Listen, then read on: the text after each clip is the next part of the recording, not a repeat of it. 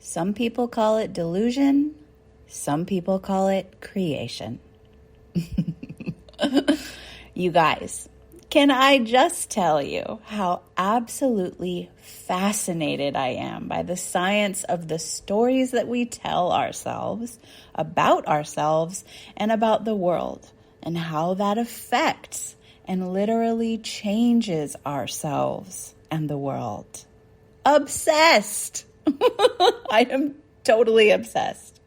I'm such a geek about it. I just love it so much. And I'm endlessly fascinated by this strange power that we all hold, even though so many of us are completely unaware of that power. When I see or hear or catch myself believing something or telling myself something that is unsupportive to the reality that I would like to experience, I change my story about that as soon as I recognize it. And this happens all the time. So my reality is always under construction, so to speak. And I love that. If I don't like it, and I don't like if I don't like something that's happening, and I don't like the way it feels to me, then I get to change it. Some people would call that delusion, and some people would call that creation. I am of the latter kind, obviously. And I suspect if you're here, you are too. And yet, you may sometimes feel frustrated or disillusioned by your power to create and question it. So I want to share with you why I think this seems to work more powerfully for some than others.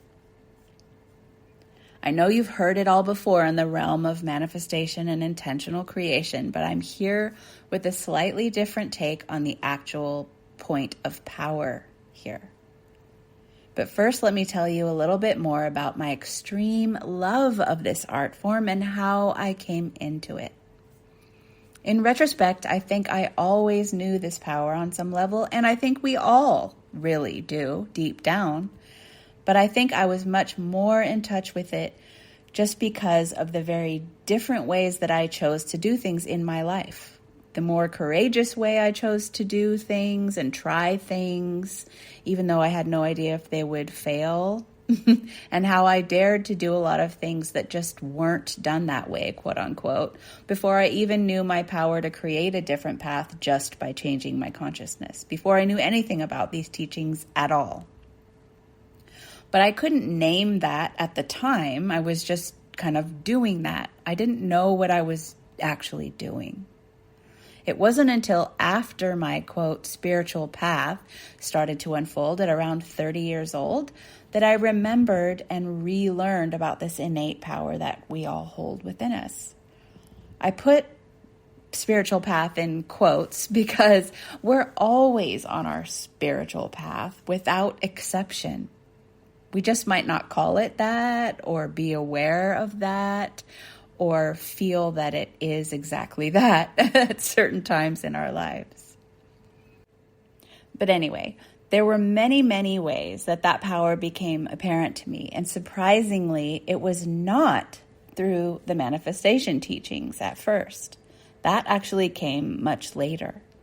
What sparked this probably the most for me was my introduction and deep dive into the work of Byron Katie. It's called The Work of Byron Katie.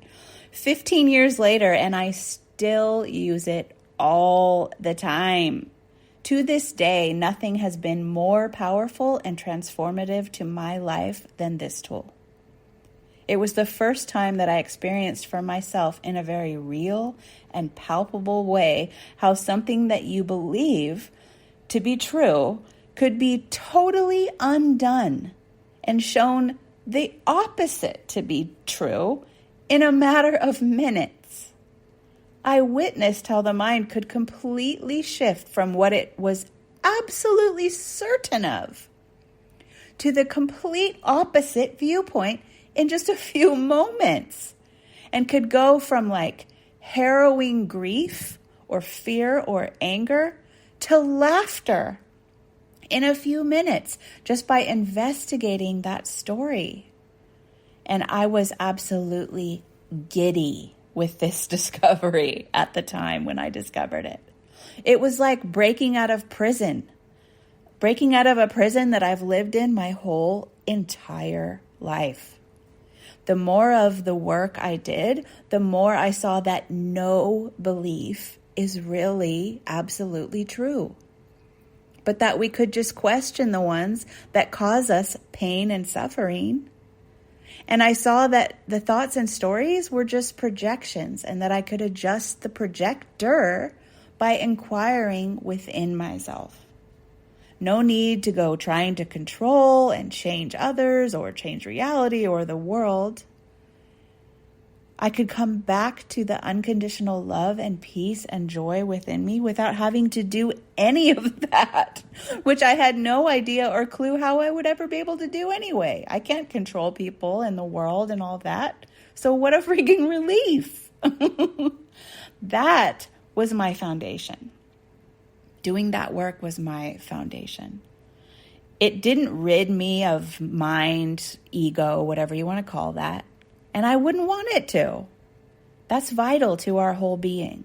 All it did was give me powerful awareness of how the mind and ego works. And with that awareness came such enormous compassion and spaciousness. And with that spaciousness and compassion came the power to choose. Like, wow. My empowerment was reignited then. Our empowerment is always reignited once we see we actually have a choice. You see, you cannot choose what you don't believe you can choose. And when you believe absolutely in the stories that your mind is telling you about things, there's no space, and thus no choice. The space is the choice. But when you don't have space, there's no choice. You're just going with the narrative that you currently hold about something, and there's no other option in that picture that's available to you. And that's why I'm here to tell you this different perspective on affirmations, mantras, manifestations, techniques, etc. Because I see a lot of people, including myself in the past, trying and failing to change their story about something and to tell themselves a new and more supportive and helpful story about something instead of the one that they've been telling themselves about what's possible for them and about how reality really is. And that's because the point of power in this is not actually in the story itself. It's not in the affirmation itself, but it's in the deeper realization that all stories are both true and false and can be proved true or false, depending on your perspective. And they're neither true or false at the same time at all times. And that, unfortunately and fortunately, requires a great deal of courage to be able to see. Because it can be very unsettling to the mind that wants to know how things are in a concrete way. That's not how most people want to live. They want to be certain of things. It gives them a feeling of stability and of definition. To see the deeper truth, that thoughts and beliefs can be both true and false, true or false, and are neither true nor false at any time, can be destabilizing, to say the least, at first. Because it reminds us of our own impermanence and the impermanence of all things. Because if truths are impermanent and can be just changed and undone in a second, so can we. So it's a little frightening, but it's so liberating. The mind sees that if stories can just crumble like that, so can it. And it's like a glitch in the matrix, right? It's like a disturbance to the picture of the reality that we held prior to that. And it's a little scary. But I personally found that, quote, stability to be stifling and absolutely suffocating my freedom. So when I discovered this tool and this way of looking at things and this freedom, it was like a breath of life was breathed into me. I have no other way to describe it than that. It was like the breath of life was breathed into me. I'm not over-exaggerating when I say that. It gave me life. Prior to that, I had struggled so much, with so much, and I felt utterly powerless about all of it. And this work gave me my power back. I could never have succeeded the way I do now by just telling myself a more supportive story or narrative about what I want to happen in my life if I did not have the simple but profound power of being rooted in the awareness of the stories that go through my mind with a bit of distance and spaciousness. Enough so that I can see both stories that might be going through my mind are just options. And that they both of those stories have roads spread out in front of them. And that I can choose whichever one I like. And that choice will take me down that story's road, that belief's road, that thing that I'm always telling myself's road. And all I have to do is practice the story that is unfamiliar to me. If I'm choosing a new story, like if I'm choosing a new affirmation, like if I don't believe I'm good enough and then I'm trying to tell myself I am good enough, that's unfamiliar to me. But the more often I choose it, the more often I keep going down the road that comes out from that belief. There's a road that unfurls from that belief, and there's a road that unfurls from the belief that I'm not. So I hope that I'm explaining this in a way that you can visualize it. And all I have to do is practice the story that's unfamiliar to me, because I already know what the road looks like of the story that's familiar to me. I can always find ways that more supportive story is already true if I think it's totally false. And I can look for those ways, and I can make a list of those ways.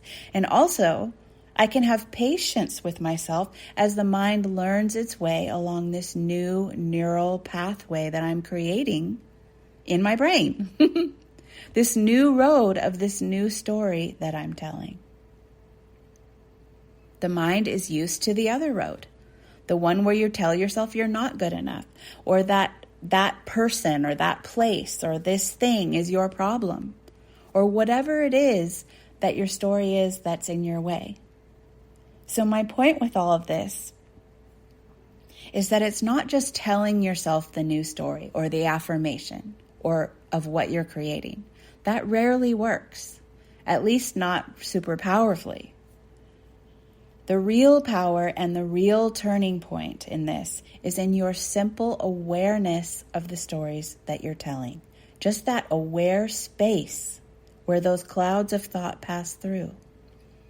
And the knowing and the clear seeing that awareness itself holds all stories of all kinds and lets them all pass and play out in and as itself without judgment.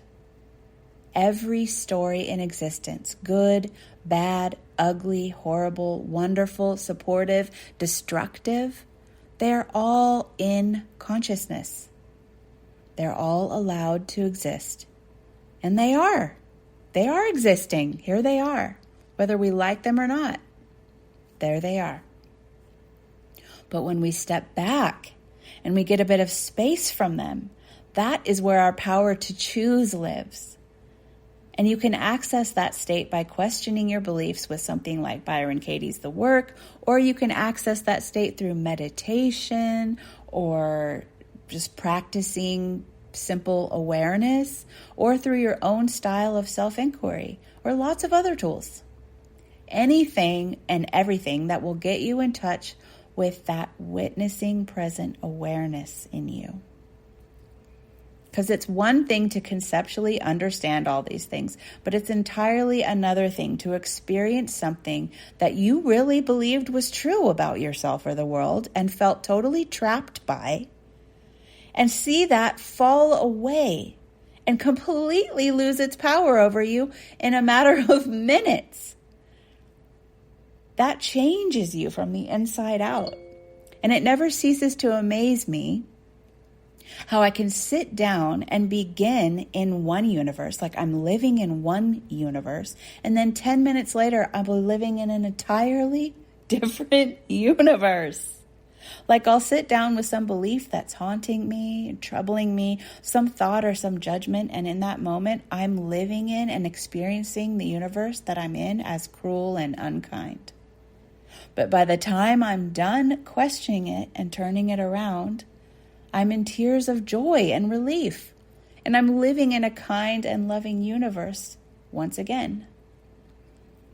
And I can do this in relationships too. All of my relationships. I can go from living with a monster or being friends with or daughter of or a sister to a monster to living with an angel, to being in relationship with an angel in a matter of minutes. Because that is the power, the extreme power of our perception and of what we're believing. But you cannot touch this until you see it for yourself. Last night we watched an old episode of Fringe. I don't know if you remember that show. It's like about fringe science. Anyway, in it, Walter, this kind of like mad scientist character, had got Astrid, his assistant, a beautiful butterfly in a glass bell jar. But when she looked at it, the butterfly was actually a moth with a broken wing. He then revealed this machine that put out an electromagnetic pulse and like a hum at a certain frequency, because it was emitting a certain frequency. And only when they were within that machine's frequency range could she then see the beautiful butterfly that was in the jar. When they were out of range of the frequency of the machine, it turned back into a moth with a broken wing. Now, we all know that I think moths are every bit as beautiful as butterflies, broken wing or not. Wink, wink, moth and moon. But this is so sweetly and perfectly illustrated and affirmed in this show that we can only see the beauty in ourselves and in the world when we are in certain frequencies, certain states of mind. And when we are in a different frequency and state of mind, we see something entirely different. You're looking at the exact same thing. The thing hasn't changed at all. We have. Our perception has. And our perception is truly everything. It is astonishing to me, the power of perception. And I will never stop geeking out about it. It's my favorite thing to play with. I get so excited about what I can change and transform simply by seeing it in a new way. It's absolute magic. It's just magic. So if you'd like to play with that too, I invite you to join me this month in whichever of these current offerings that I'm offering this month calls to you the most, or all three if you're really up for some fun. So first up, I have Fulfillment First, which is 30 days of tuning into and exploring your own deeper fulfillment. And you can find all of the info about that in my blog article, or if you could just go to sunnychapman.com/private pod, no spaces. And then I also have Moth and Moon, my guided oracle journey. We are starting June 1st. I'm so excited. There will be 111 cards in total now. So we'll be setting our intention of what we want to create at the start. And then you will get one card to your inbox every morning to support you in shifting your perception and creating that creation. And you can get all of the info about that by going to sunnychapman.com and clicking on Work With Me, and then you will see the Moth and Moon there. And Yummy Money Honey, a somatic, energetic money magnetism experience, which is 4 days, 15 minutes audio per day with a totally unique process in that to help you heal and soothe your relationship to money and invite more of it into your life with greater ease. You can find out more about that on my website, also by going to sunnychapman.com/work with me, and you will see that there. Let me know if you have any questions, and I'll see you inside. See you next time. Bye.